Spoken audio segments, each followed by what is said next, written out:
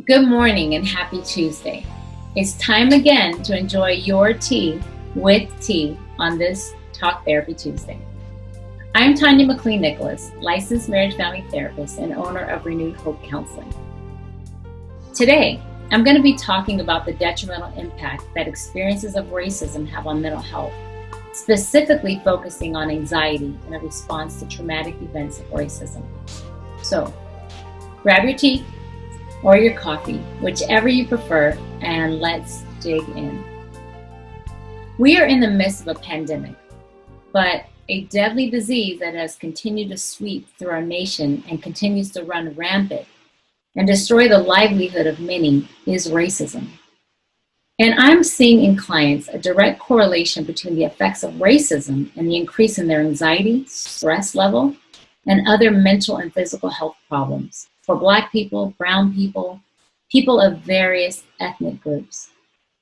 Racism can present itself in many forms, being overt, insults, slurs, physical assaults, or the denial of even resources due to a person's ethnicity.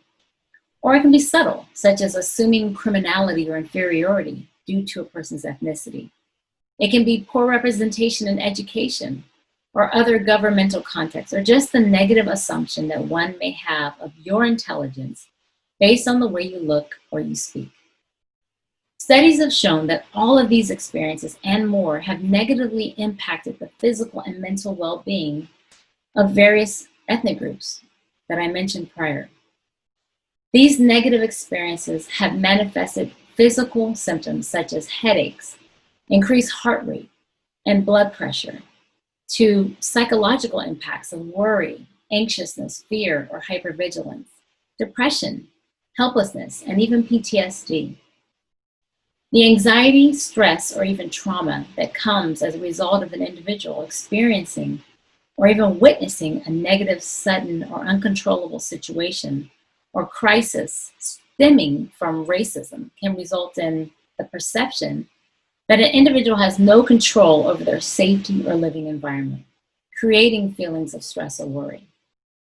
Past negative experiences of racism are traumatic, and the wounds of that trauma can be reopened when watching disturbing videos of violence and tragic deaths related to people of color.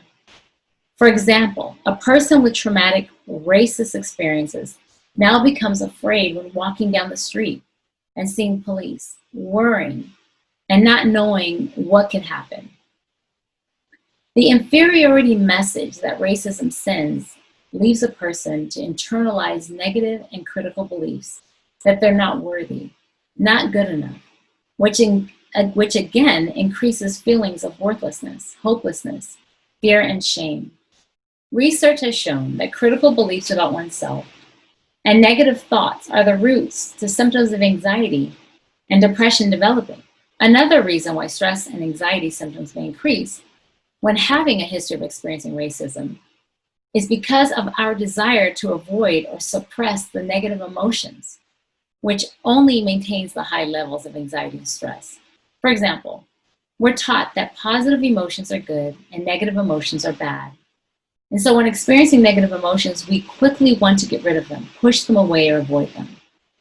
We may even try to replace them with confidence or high self-esteem or optimism, never really dealing with our authentic feelings and the hurt that we may feel.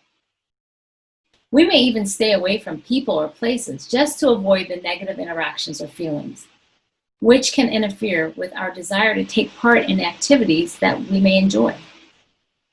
An avoidance of activities or places that are important or meaningful to us only causes us more distress, which then causes more anxiety or even depression. Experiencing racism is traumatic and has a negative impact on a person's mental and physical well-being. So working with someone to help you cope and find healthy ways to respond to these experiences are going to be key. And in the meantime, it's important to remember to take care of your emotions instead of avoiding or pushing them away.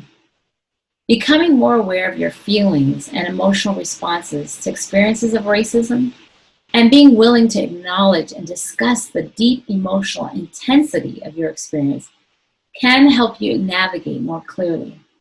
and help you to respond in a meaningful way that gives you much more strength and power than you felt before.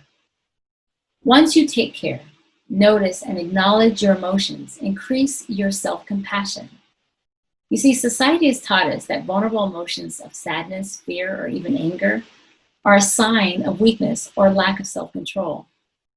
Many people who have experienced racism and show intense emotions as a reaction to their experience are often told they're overreacting or being sensitive, which continues to feed into and perpetuate that feeling of being weak.